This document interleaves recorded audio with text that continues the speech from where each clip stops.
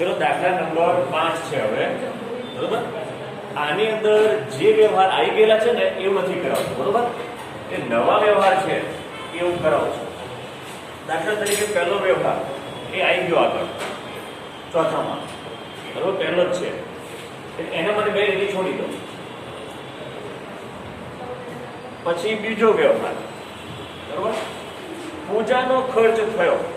પૂજા એટલે શું? બરોબર, તે આરતી મતલબ એ આપણે જે કરીએ ને ધાર્મિક પૂજા, ધંધો શરૂ કરી ત્યારે કથા કરી કરીએ ને એનો ખર્ચ કીધો. એટલે શું થાય? સિમ્પલ વસ્તુ થાય. બીજો વ્યવહાર ખર્ચ છે. ખર્ચ એટલે ઉધારની જમા, જો લખેલું છે ખર્ચ એટલે ઉધાર. તો અહીંયા આગળ હવે આવો ખર્ચ જે હોય ને, અને કેટલા રૂપિયા છે? 2000. તો નાનો ખર્ચ હોય 100-200 તો પરચુરણ ખર્ચ ખાતે લખવાનો, અને અહીંયા પૂજાનો ખર્ચ લખ્યો એટલે પૂજાના ખર્ચ ખાતે, પૂજા ખર્ચ ખાતે.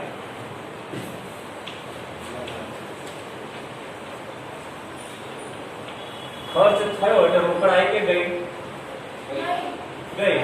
જાય તો ક્યાં લખવાનું?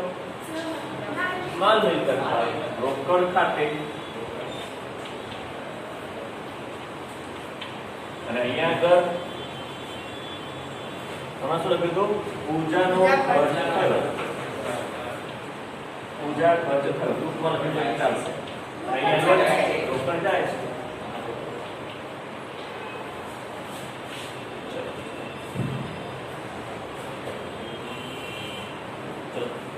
ત્રીજું ફર્નિચર લાવ્યા.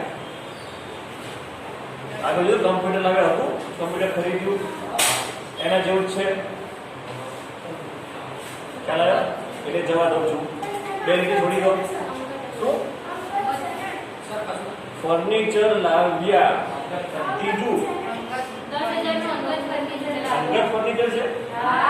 મારા ખાલી ફર્નિચર લાવ્યા અંગત છે.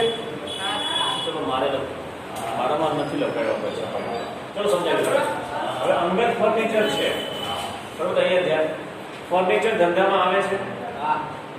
ફર્નિચર ધંધામાં આવે છે તો એને શું કહેવાય? ફર્નિચર ને મિલકત. મિલકત તો ત્રીજાની અંદર મિલકત આવે છે તો આવે તો છે મિલકત આવે તો અહીંયા આગળ ફર્નિચર ખાતે.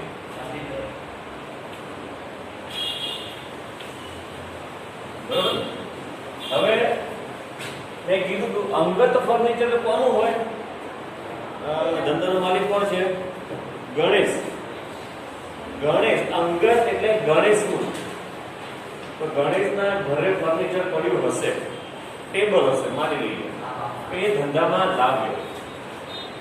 તો મેં કીધું છે કે જ્યારે ધંધાનો માલિક, ધંધાનો માલિક કોણ છે અહીંયા આગળ? ગણેશ. તો ધંધાનો માલિક ધંધામાં રોકડ લાવે, ફર્નિચર લાવે તો તેના મૂડી ખાતે જમા કરાય. લાવે તો મૂડી ખાતે જમા કરાય. મૂડી એ કયું ખાતું છે? વ્યક્તિ. મૂડી એ વ્યક્તિ ખાતું. તો વ્યક્તિ ખાતું છે અહીંયા આગળ, તો અહીંયા લખવાનું મૂડી ખાતે.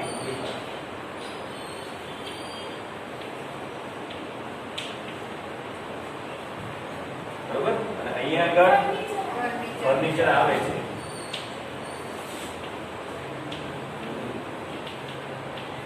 અને અહીંયા લખવાનું ધંધાનો માલિક. ધંધાનો માલિક લાવે છે.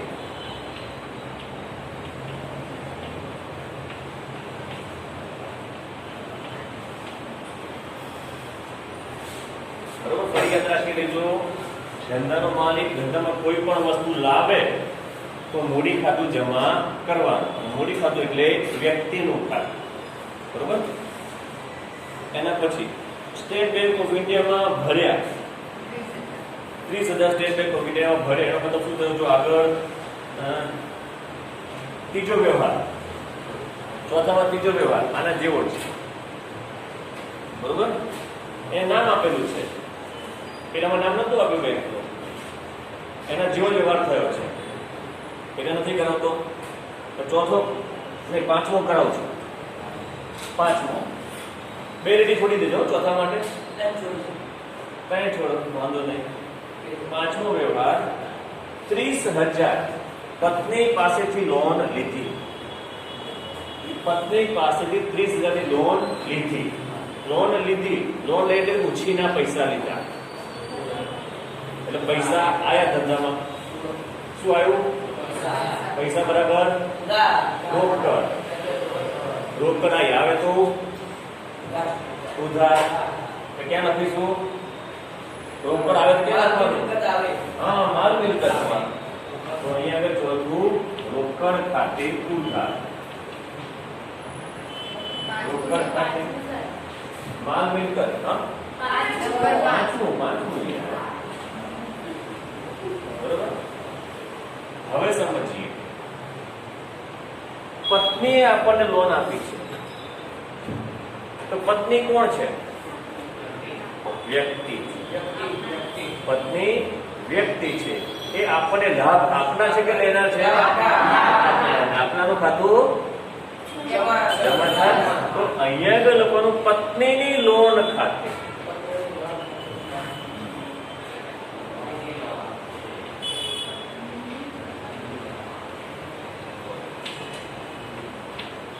અહીંયા રોકડ આવે છે. બરોબર.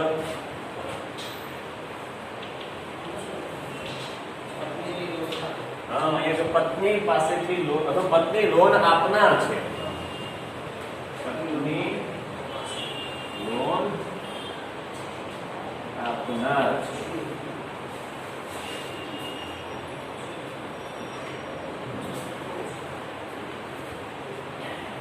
આગળ વાંચો.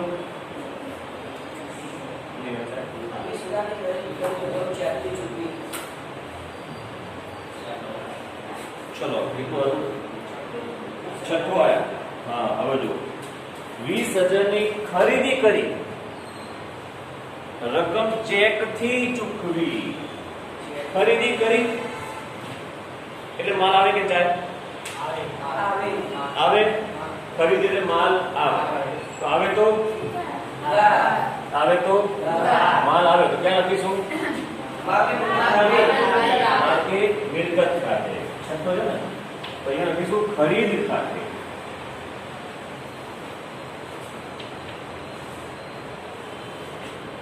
હવે ચેક બરાબર બેંક. બરોબર. તો ચેક આપણે આપ્યો, ચેક ગયો. બરોબર. જાય તો જમા. કોની પાસે ગયો? બેંક પાસે. બેંક કોણ છે? વ્યક્તિ. બેંક કોણ છે? વ્યક્તિ છે. બરોબર. તો અહીંયા આગળ વ્યક્તિ ખાતામાં ક્યાં ચાલ રાખવાની અંદર અને બેંક એટલે વ્યક્તિ. બરોબર. તો અહીંયા બેંક ખાતે લખવાનું યાદ રાખજો. બરોબર.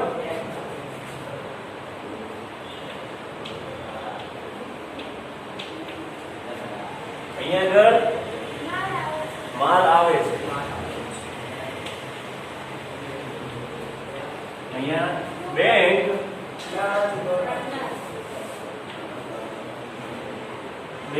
નાણાં બેંક થી નાણાં ચૂકવાય છે. ચેક છે આપણે બેંક આપણે નથી ચૂકવતા. કોણ ચૂકવે છે? બેંક. અથવા ચેક આપ્યો તો ચાલશે. ચેક આપ્યો તો ચાલે. એનું વાંધો નહીં. આટલું સાચું હોવું જોઈએ આ વસ્તુ. ખાલી તમારે એમાં થોડો ઘણો ફેરફાર હશે તો ચાલશે. પણ આ બે વસ્તુ આડીવડી ના હોવી જોઈએ. ધ્યાન રાખવાનું. ચલો પતી ગયું. હું આટલું ભૂસી કાઢું છું લખવા માટે. આગળનું વાંચો.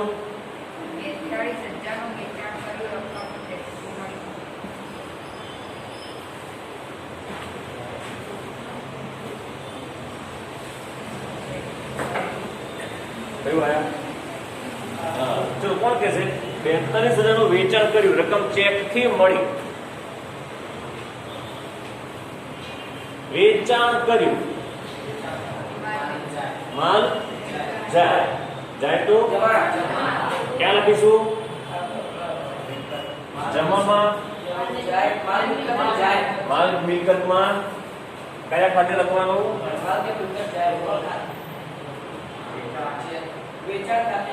વેચાણ ખાતે. વેચાણ કર્યું લખ્યું છે ને, વેચાણ ખાતે કયું છે? સાતમું છે ને? સાત. બરોબર.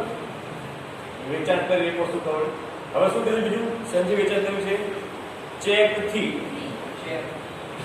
ચેક બરાબર બેંક બરાબર વ્યક્તિમાં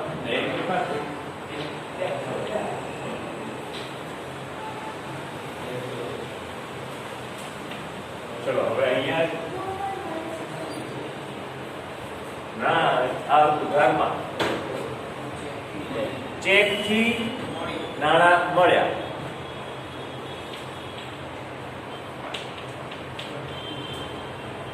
અને અહીંયા બરોબર માં જાય છે.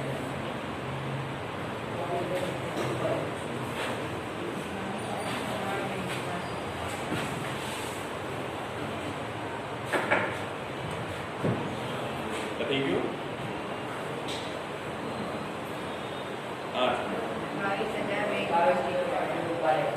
બોલો બેંકમાંથી ઉપાડ્યા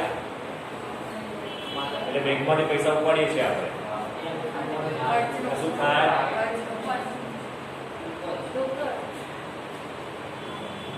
ધંધામાં શું થાય? માલ મિલકત શું આવે છે? રોકડ આવે. બેંકમાંથી પૈસા ઉપાડ્યા. બેંકમાંથી ઉપાડે શું ઉપાડે? પૈસા જ ઉપાડ્યા. બરોબર. એટલે રોકડ ધંધામાં આવી આવે તો ઉધાર. ક્યાંથી શું? મિલકતમાં. રોકડ ખાતે. ક્યાંથી ઉપાડ્યા છે? બેંકમાંથી. બેંક કોણ છે? વ્યક્તિ કે લાભ આપનાર. બેંક ખાતે.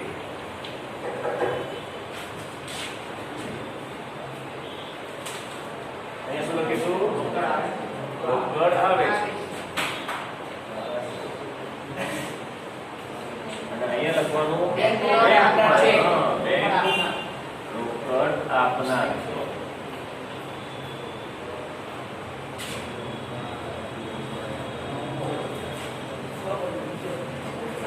હવે ખબર પડે છે ને બધાને? બરોબર. નવું હોય. હા ચલો આવો. 2000 વીમા પ્રીમિયમ ચેક થી ચૂકવ્યું. વીમા પ્રીમિયમ એટલે શું ખબર છે તમને? વીમા પ્રીમિયમ એટલે ઇન્સ્યોરન્સ. બરોબર.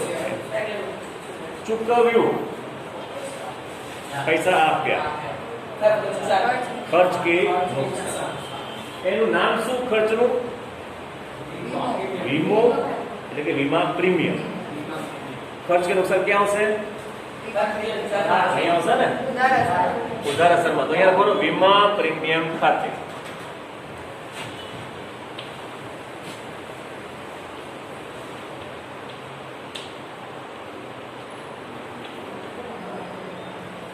કેવી રીતે ચૂકવ્યું છે? ચેક. ચેક બરાબર બેંક. અહીંયા ડોટ બેંક ખાતે.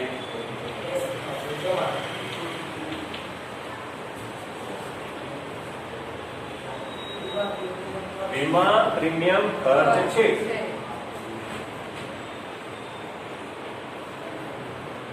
અને અહીંયા આગળ બેંક પૈસા આપે છે.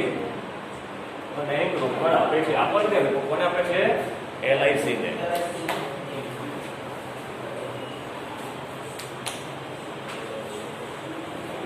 જો 10મું નથી કરાવતો એ આગળના દાખલા 14 માં જેવું છે.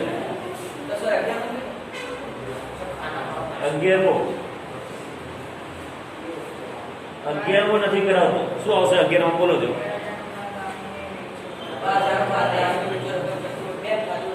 હા બેંક ખાતે ઉધાર. બરોબર. અને જમામાં વેચાણ ખાતે જમા. ખ્યાલ આવી ગયો? બાકી રાખો 12મું. બરોબર. બોલો બરોબર, ખરીદ ખાતે ઉધાર અને બોલો બોલો બરોબર છે, બેંક ખાતે જમા, આમાં બેંક ખાતે બરોબર. ચેક આવે એટલે બેંક યાદ રાખવાનું, બેંક એટલે વ્યક્તિ, બસ આવું યાદ રાખતા શીખો. વેચ્યો બરાબર વેચા, ખરીદ્યો બરાબર ખરીદ, ખરીદી હોય તો માલ મિલકત ઉધાર, વેચાણ હોય માલ મિલકત જમા બાજુ. ખરીદ ખાતું હંમેશા ઉધાર થાય, ખ્યાલ આવ્યો? ખરીદ ખાતું ક્યારે જમા થશે? આ 4 જ વસ્તુ આપણે લખાઈ હતી હમણાં આગળના પીરિયડમાં. આગથી બળી જાય, ચોરાઈ જાય, બગડી જાય કે નુકસાન, તો જ ખરીદ ખાતું જમા, બાકી બધી વખતે ખરીદ ખાતું ઉધાર.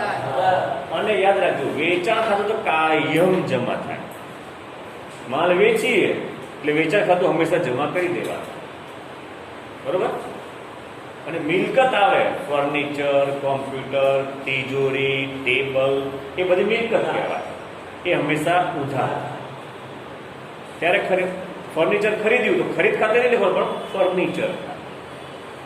આગળ મેં ચોખવટ કરી હતી ને આપણે, એ ખાસ ધ્યાન રાખવાનું છે. પછી કયું આયા? 13મું. શું કીધું છે? આ કરાય દો, ચલો હેડો 13મું. 2500 ધંધામાંથી અંગત ઉપયોગ માટે ઉપાડ્યા. હવે એનું સમજો. ધંધામાંથી આપણે 2500 રૂપિયા લીધા છે, બરોબર. હવે યાદ રાખી લેજો, આ બાજુ ધંધામાંથી ધંધાનો માલિક અંગત ખર્ચ માટે રોકડ કે માલ લઈ જાય ત્યારે હંમેશા ઉપાડ ખાતે ઉધાર કરવા. ક્યારે લોકો લખી રાખો હાસ્યમાં ઉપર, ક્યાં ઉપર, જ્યારે ધંધાનો માલિક ધંધામાંથી રોકડ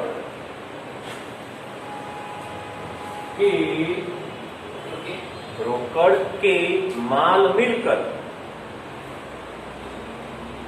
લઈ જાય તો ઉપાડ ખાતે ઉધાર કરવું, બરોબર. હવે એક વસ્તુ થઈ ગઈ, ખબર પડી કે રોકડા રૂપિયા લઈ ગયો છે અંગત ખર્ચ માટે, બરોબર. એટલે ઉપાડ ખાતું ઉધાર થાય. અને ઉપાડ એટલે વ્યક્તિ ખાતું, ઉપાડ એટલે વ્યક્તિ ખાતું, એટલે એક અસર થઈ ગઈ 13 ની અંદર. ઉપાડ ખાતે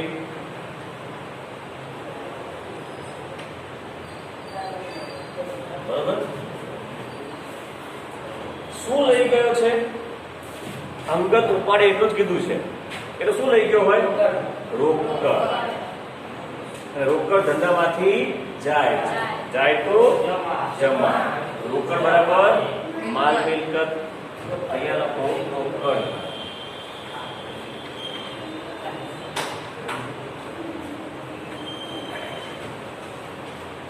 અને અહીંયા લખો માલિક અંગત ઉપયોગ માટે. માલિક અંગત ઉપયોગ માટે રોકડ લેનાર છે.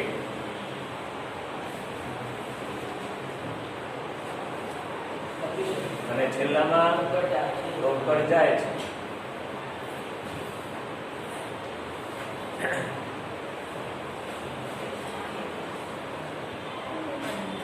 ચલો 14મું.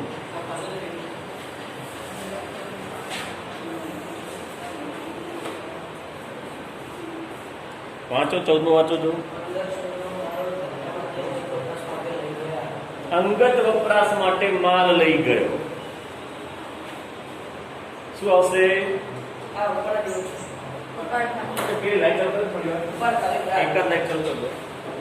રેવા દે, ચાલશે, દેખાય છે.